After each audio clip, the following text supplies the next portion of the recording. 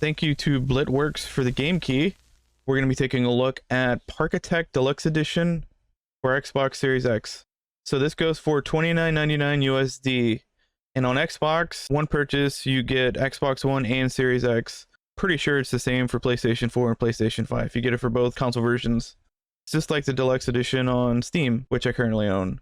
It has Dooms and Blooms and Taste of Adventure DLC, as well as Candyland, Jungle, new attractions, roller coasters, etc., all added into the console edition, which honestly should probably be called that. But yeah, this is fun. This is basically the spiritual successor to Roller Coaster Tycoon 3. And we're going to do campaign. For technical limitations, you don't have scenario mode and you don't have access to the Steam Workshop. Alright, a large clearing on the frontiers of a maple forest. The perfect place to build your first park from the ground up. Easygoing guests, relaxed weather. What more could you ask for? Alright, so our goals that we have to do is have at least 200 guests in your park. Complete all non-optional goals by the end of December, year 1. Alright, so we're probably not going to play the whole thing, but this basically just show you how intuitive the gamepad controls are. Okay, so we're going to hit the select button, which is like your, I don't know if it's your options button. I honestly, I forget what PlayStation, Xbox calls them. I'm old school. It's start and select for me. I mean, at least Switch is less confusing with plus and minus. So you hit your select button, opens up the controls, and it kind of tells you notification panels, right click. Y opens up your radial, which is super awesome. And you just have to click it, you don't have to hold it too. Do that and you can shift over, see more of your management tiles. I do like this for the fact that your HUD, super clean, or your UI, whatever you want to call it, is way more clean. And you can also double tap your bumpers and it's gone. Alright, so I guess we're gonna just start laying things down. So they can already have your guide marker down here. So I guess we're gonna put a road where this, so unfortunately this bench is gonna get eaten up. So we're gonna put an access road probably where this bench is. And we'll keep it dirt just to kind of match the aesthetic that's already there. And I think we have like, what, 4 starter places in the beginning. We're not going to get super fancy. I mean, we could go full on sandbox mode, but I don't have patience for like an 8-hour recording or even an 8-hour recording sped up.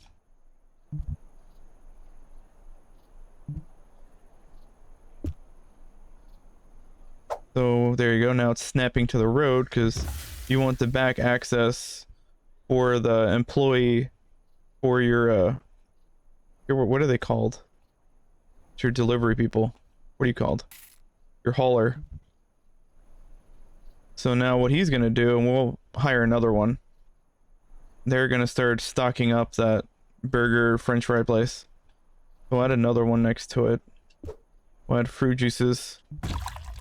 And then we'll add another one. Pretzels. Now, I don't think the bathrooms, I can't recall the bathrooms need power. Any sort of facility needs. So I think we're good here, which is also kind of a nice layout as well, because see, look, now the haulers, and we're all zoomed there. So we can zoom out here. Oh no, not guess. Still getting kind of used to this AI.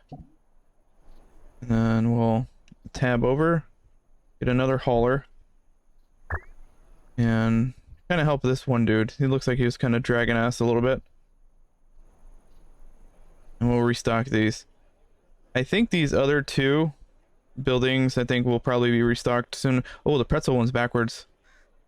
Pretzel one's gonna have to go. One thing I wish that this game has, which even the PC version doesn't have, being able to move the buildings.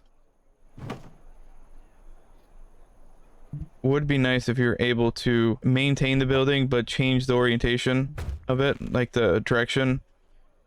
Because all we wanted to do was just arrange it to face the road here and not the pathing for the employees. Alas, you cannot do that. So let's start just plopping some rudimentary rides. So we'll put Ferris wheel here. And we'll have the exit actually right here, so we'll switch to the exit just to show you the functionality of this. So the exit's actually there. And then the entrance will, I think we could put a row there underneath it. We'll start this and we'll get the pathing going. I think we could do straight line here. Yeah. Where Roller Coaster Tycoon, I don't think you're able to do that. I think you kind of had to like start here and then come down and maybe zigzag like left and right to kind of feed it down here to maximize your area. Here, yeah, you can go in a straight line and see the gates are already opening. Okay. Which is good because now we kind of save space. One thing I wish this had, and maybe they can include it later on, are just generic blueprints. I don't think we have any. Well, because we're playing campaign, so we might actually have to garner blueprints. So as of right now, roller coasters are a little bit of a chore to set up because you're building it from scratch. And unfortunately, it's not as intuitive as you probably would want it to be with a gamepad. So, well, you know what? We'll plop that there. And see, this burger one is actually taking a lot more to fill up, where the other two, we even placed the pretzel twice.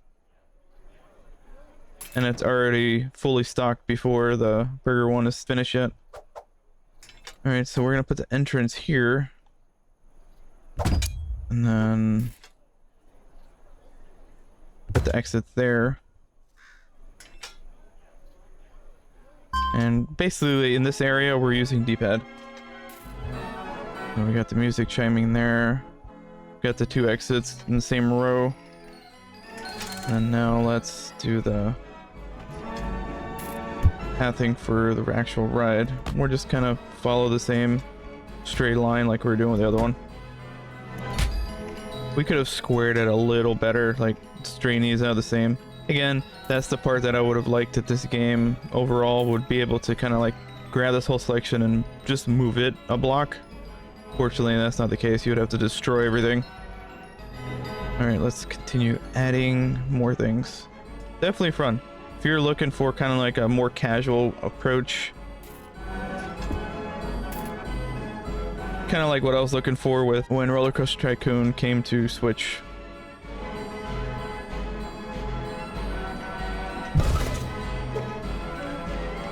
That was fun. Granted, you have a lot more flexibility, obviously, on the computer, where you can use mods and whatnot. If you just want a Roller Coaster Tycoon experience that is not as overwhelming as like playing a coaster or Park Beyond, then this 100% scratches your itch.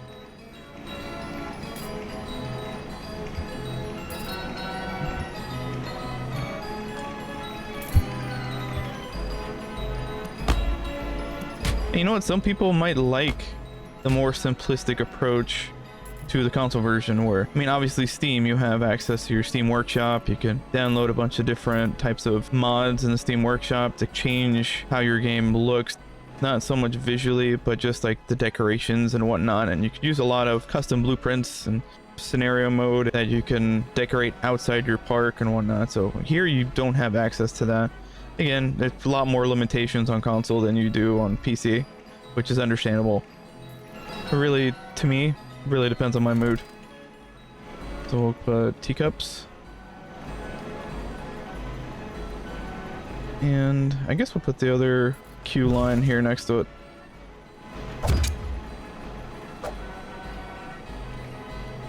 And I guess we're losing that bench.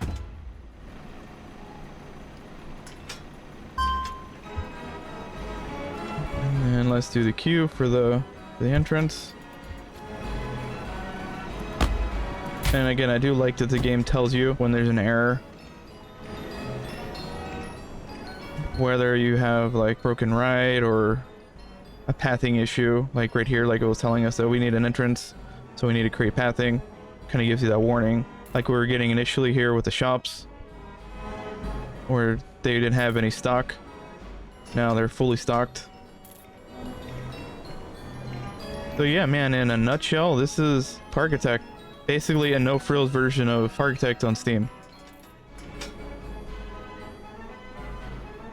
Here you go, put a fur.